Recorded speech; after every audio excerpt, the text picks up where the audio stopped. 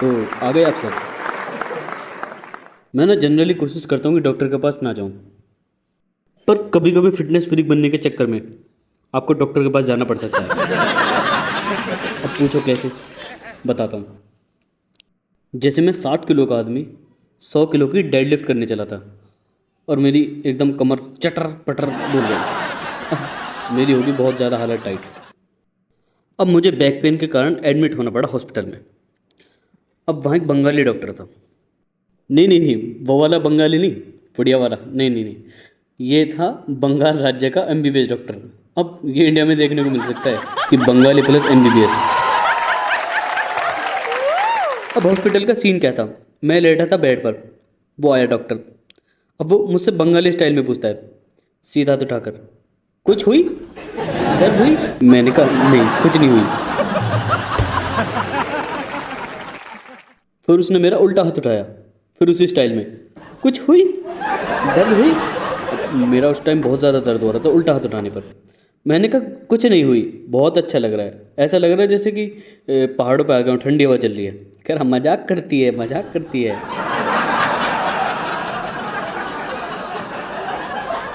अब जिस टाइम मैं एडमिट था उस टाइम मैं था जनरल वार्ड में। अब वार्ड रूम मुझे मिला नहीं, इस वजह से जनरल वार्ड में रुकना पड़ा। अब वहाँ का जो सीन है ना, मुझे ऐसा लग रहा था कि मैं खुद कहीं झुग्गी झोपड़ी में आ गया हूँ। मतलब साइड में बच्चे रो रहे हैं, किसी का परिवार कि भैया अचार की सब्जी लाई हूँ खा लो। दूसरे मरीजों की बातें मुझे सुनाई दे रही हैं। मुझे लग रहा है कि खुद मरीज मैं हूँ, इनसे ज़्यादा मैं मरीज हूँ।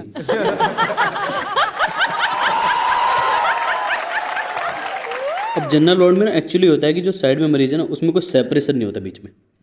आप एक दूसरे से इंटरेक्ट हो सकते हैं, हालचाल पूछ सकते हैं कि आपको बीमारी कैसी है।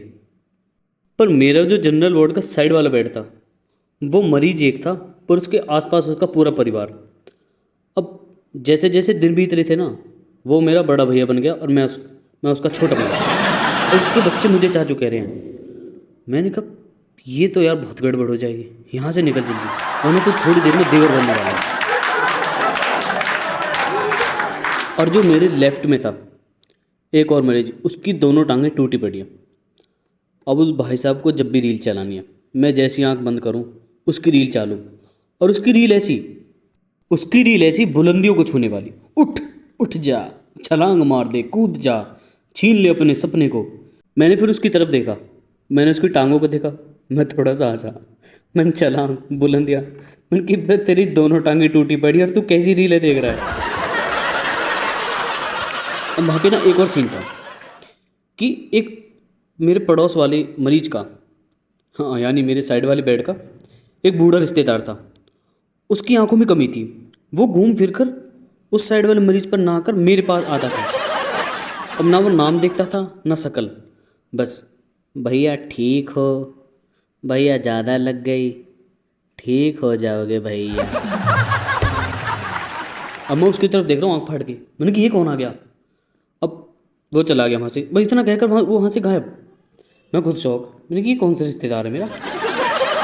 फिर अगले दिन सुबह 10 बजे फिर से आ गया वो, भैया ठीक हो, ज़्यादा लग गई, भैया सब ठीक हो जाएगा भैया। मैंने कहा अरे बाबा जी वो उस साइड वाला मरीज है आपका, वो आप मेरे पास क्यों आ रहे हैं? तो कहते भैया सबका मालिक है।